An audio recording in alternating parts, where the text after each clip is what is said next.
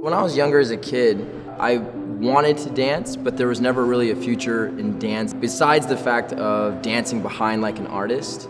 But I was a little lost because I sucked so bad at school. I really didn't know exactly what I wanted to do at all, just because I was pretty mediocre at everything I did. I just knew that I loved to dance.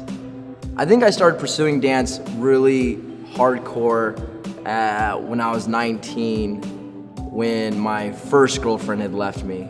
At the time I started dancing, there was a show called So You Think You Can Dance. I dreamt about it, I looked at it, I constantly looked at the flyers. Anything I looked at in my car, in my wallet, on my cell phone was visuals of this show. All I can think about was being on stage alongside Kat, not necessarily winning the show, just being on the show in hopes that my ex would see that and want me back. You feel like you're doing it for the right reason, but it's essentially not. So when I went on Singing Dance, I met an individual named Hawk, who was also on the show. From there, he had a crew called Quest Crew. From Singing Dance, I went into Quest Crew. From Quest Crew, we went on to America's Best Dance Crew in 2009. Ended up winning the show, which was a life changer. Because of that, I had actually met an individual by the name of Ryan Higa. He introduced me to the world of YouTube. From then, everything has changed. I started YouTube in 2011, and currently right now, YouTube is my life and it's my full-time type of thing, and I'm extremely, extremely grateful. I think that's a big quote in my head is, I don't care. I don't care what people think. I don't care, sadly, to an extent, what my parents think. If I cared what people thought about me growing up, I would not have danced. I would not have left. The common thing that every Asian American / anybody really goes through is their parents saying, I don't think so. So why do they say that?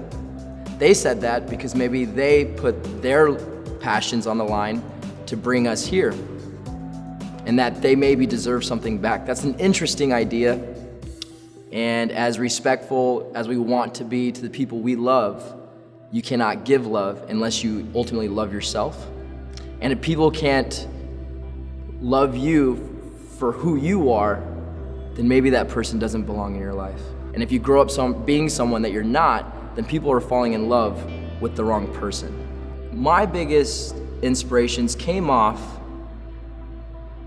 of what not to do. I've never drank before in my entire life. I've never done any drugs in my entire life. Not to say that growing up, all I'd seen was that, but if I were to pull anything that I was really inspired of, it'd be the times that I felt like the biggest family problems were happening, and I was thinking about, instead of taking that route, because I saw what it had caused, and I saw the tears, and I saw the pain of all the bad things that had happened to my family and friends, and I decided not to do those things because I was so afraid that I would fall into that. And to this day, I'm so afraid of that. I think that's a very impactful and inspiring thing for me, is taking the energy of negativity and manipulating that energy to give me a positive life.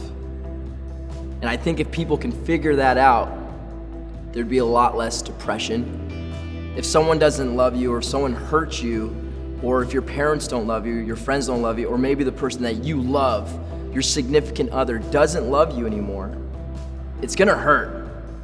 But how you handle that pain, I think, is what defines you as a character, because I think it's easy to feel sad. I think it's harder to use that and make it uplifting and say, F it, let me just go for it. Because I think before it was like all about being famous or being on TV or being on a film. I don't think that's like the American set dream or goal anymore. I think that's why like social influencers are such a big thing right now, because they see reality and they see themselves. And this isn't the American dream either. I think just the idea of saying, hey, I'm me, you could be you. I think that's like the cool thing right now, which I hope that stays. What's beautiful about the I Am campaign is, if I were to look at it from the viewers at home's perspectives, it's such a beautiful thing because we get to see people that possibly we may look up to and hear their stories about how they were able to do it. For the people at home watching this, is take advantage of this. And at the end of the day, we can't tell you what you should do. You have to make that decision for yourself. It's great because we're able to say these things, but you at home have a choice to make that is simple as just a quick change, a must. Whatever it is you want to do, you have to make it a must and forget about everything else and go for it. Because we are no different from you guys at home. You guys can do these same things. You just got to go for it. I am D-trix, and I am no different from you. I'm gonna